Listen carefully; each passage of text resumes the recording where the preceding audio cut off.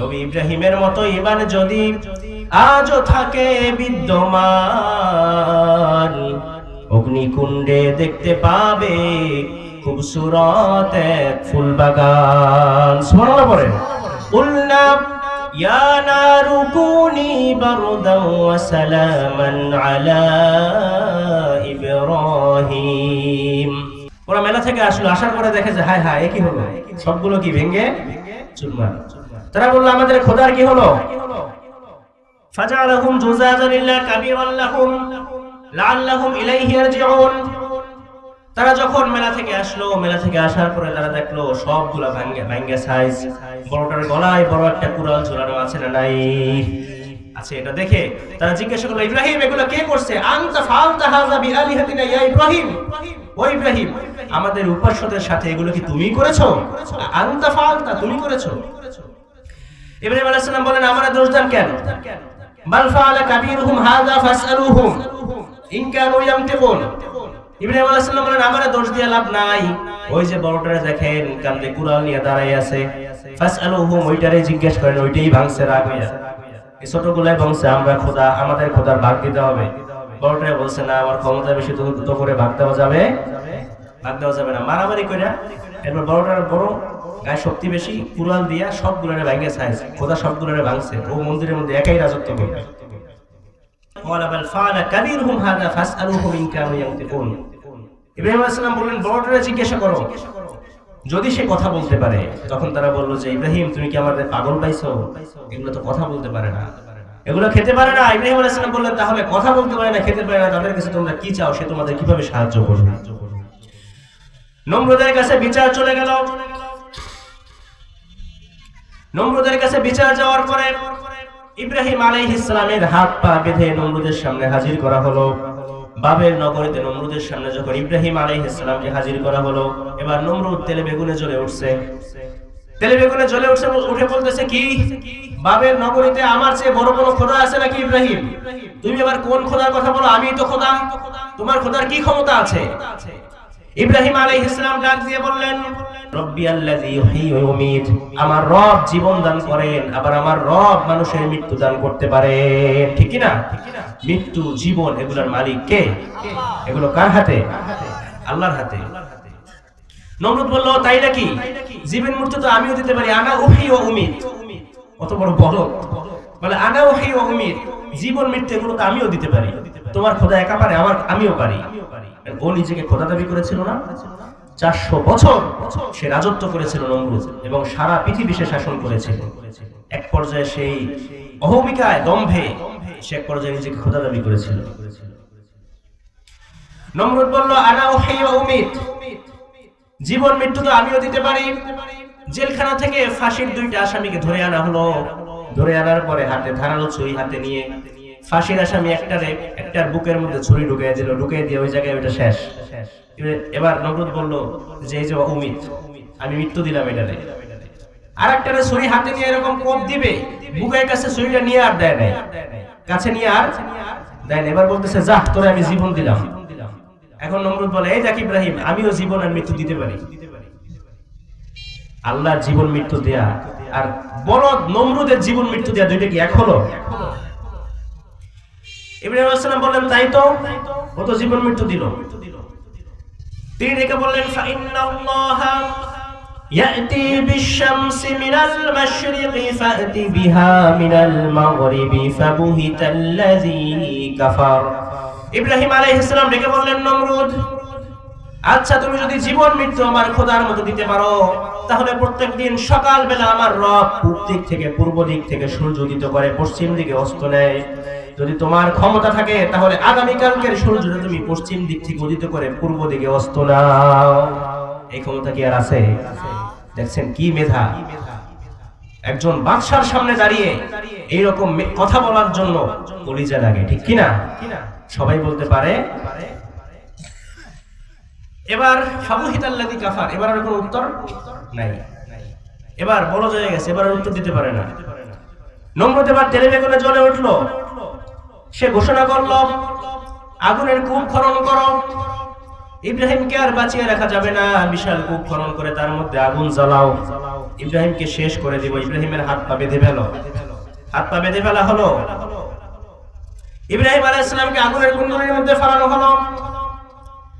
আগুনের কুণ্ডলীতে ফেলানোর পরে ইব্রাহিম আলাইহিস সালাম যখন দেখলেন আগুনের কুণ্ডলীতে ফেলানোর ক্ষেত্রে তার এই চরকা, যে চরকার মাধ্যমে তাকে ফেলানো হচ্ছে, চরকার গোড়ায় সর্বপ্রথম যে দড়ি ধরে টান দিয়েছে সে ছিল তার জন্মদাতা পিতা আজর। এর চেয়ে বেশি কষ্ট আর কি হতে পারে? নিজের পিতা নিজের সন্তানকে হত্যা করার জন্য চরকার দড়ি ধরে টান দিয়েছে। তিনি চোখটা বন্ধ করলেন, চরকা ধরে ইব্রাহিম আলাইহিস সালামকে আগুনের মধ্যে নিক্ষেপ করলো। ইন দ্য মিন টাইম জিবরাইল আলাইহিস সালাম চলে আসলেন, এসে বললেন, আল্লাহর খলিল ইব্রাহিম, আল্লাহ আমাকে 600 পাখা দিয়েছেন, আপনি একটা বারের জন্য আদেশ করেন, আমি 600 পাখার ঝাপটায় মুহূর্তের মধ্যে আগুনটা নিভিয়ে দেই। ইব্রাহিম আলাইহিস সালাম বললেন, কেন? তোমাকে কেন লাগবে? আমি যার জন্য আগুনে নিক্ষিপ্ত হচ্ছি তিনি কি দেখেন না? মুসার মতো ঈমান হলে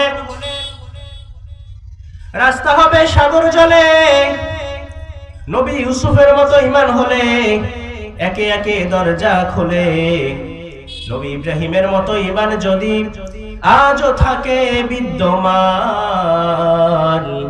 অগ্নিকুণ্ডে দেখতে পাবে খুবসুরত এক ফুল বাগান। সুবহানাল্লাহ পড়েন। কুলনা ইয়া নারু কুনি বারদান ওয়া সালামান আলা ইব্রাহিম। ইব্রাহিম আলাইহিস সালাম ডেকে বললেন, যার জন্য আগুন নিক্ষিপ্ত হচ্ছে তিনি কি দেখেন না?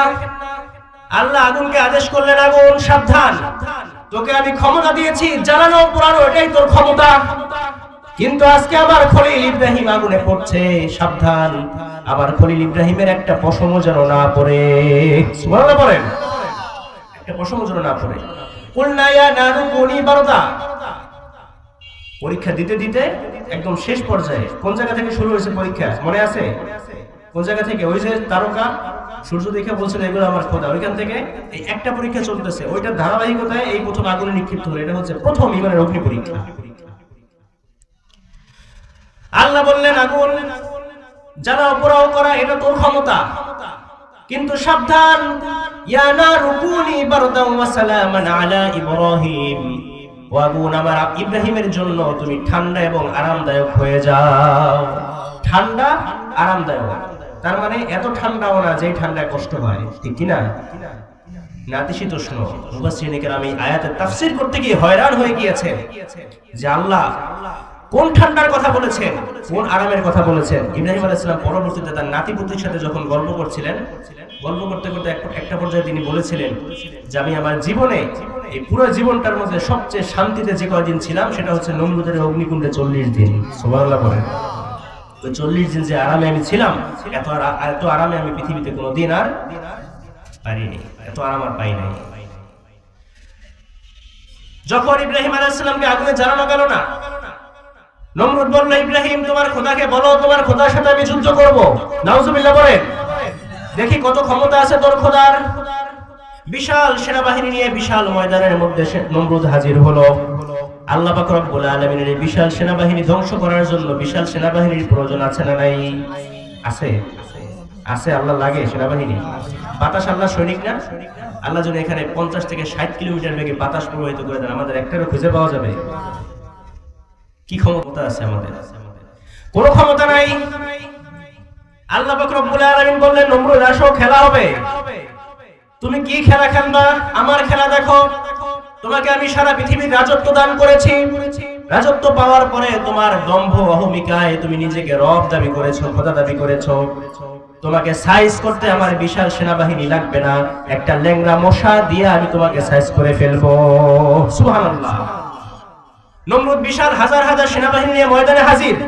আল্লাহ একটা ল্যাংড়া মশা পাঠিয়ে দিলেন। যুদ্ধ করবে কি ল্যাংড়া মশা ভন ভন করতে করতে নাকের মধ্যে দিয়ে ঢুকে গেছে নমরুদের মাথার মধ্যে, এবার মগজের মধ্যে ঢুকে কুটকুট করে কামড় মারে। মারে কি মারে না? কেমন লাগে বলেন তো? হ্যাঁ, একটা মশা যদি আপনার পাশে এসে খালি ভন ভন করে একটু গান শুনে তখন মেজাজটা খারাপ হয় না? এই মশার ভনভন নাকি শুনতে ইচ্ছা করে।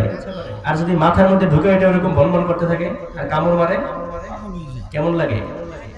এবার নমরুদ নাচা শুরু করছে। মগজের মধ্যে কামড় মারে, এবার আর কোনোভাবে থাকতে পারে না, দেখে কি করলে ব্যথাটা কমে, মাথার মধ্যে এরকম বাড়ি মারা শুরু করছে, যখন বাড়ি মারে তখন তাকে একটু ভালো লাগে। এবার নিজে কতক্ষণ বাইরানো যায়, বাইরেতে বাইরেতে হাতটা ব্যথা হয়ে গেছে, এবার নিজে আর পারে না। এবার সে চেয়ারে বসে বলতেছে, সেনাবাহিনী যুদ্ধ পরে করুম, আগে জুতা হাতে নে, আগে জুতা হাতে নে, আমার মাথার মধ্যে একটা একটা করে সবাই বাড়ি মারবি, কারণ বাড়ি যখন মারে তখন একটু কি করে, একটু থামে, একটু আরাম লাগে। কত ভাবে অপমানিত করা যায় আল্লাহ করে দেখিয়েছেন। আল্লাহর সাথে গাদ্দারি করার পরিণতি কি হতে পারে, ঠিক কিনা? ল্যাংড়া মশা নাকের মধ্যে দিয়ে ঢুকলো, সেনাবাহিনী জুতা হাতে নিল, তাদের জুতা আর আমাদের জুতা এক না, আমরা চামড়া জুতা পরি, রেক্সিনের জুতা পরি। তখনকার সময় জুতা ছিল খরম জুতা। কিসের জুতা? খরম বানায় কি দিয়া? কাঠ দিয়া। কাঠের জুতা ছিল, কাঠের জুতা দিয়ে বাড়ি মারে সেনাবাহিনী। ওরা মনে মনে বলে, বাদশা নমরুদ, আজিবুল অনেক জ্বালাইছো, অনেক কষ্ট দিছো, আজকে তোর একদিন আমাদের যে কয়দিন লাগে, আজকে তুই শেষ। এবার এবার একটা একটা করে বাড়ি মারে গার জোরে। এতদিন যে খারাপ ব্যবহার করছে সৈন্যবাহিনীর সাথে, এটা একটা ভিতরে একটা কষ্ট আছে না নাই? এমন জোরে বাড়ি মারছে, মাথাটা দুই ভাগ হয়ে গেছে। নমরুদের মাথা ফেটে গেল, ল্যাংড়া মশা নাকের মধ্য দিয়ে শূন্যে উড়াল দিল, নমরুদের খেলা শেষ, ঠিক কিনা? পৃথিবীতে কেউ তো স্থায়ী হয় না,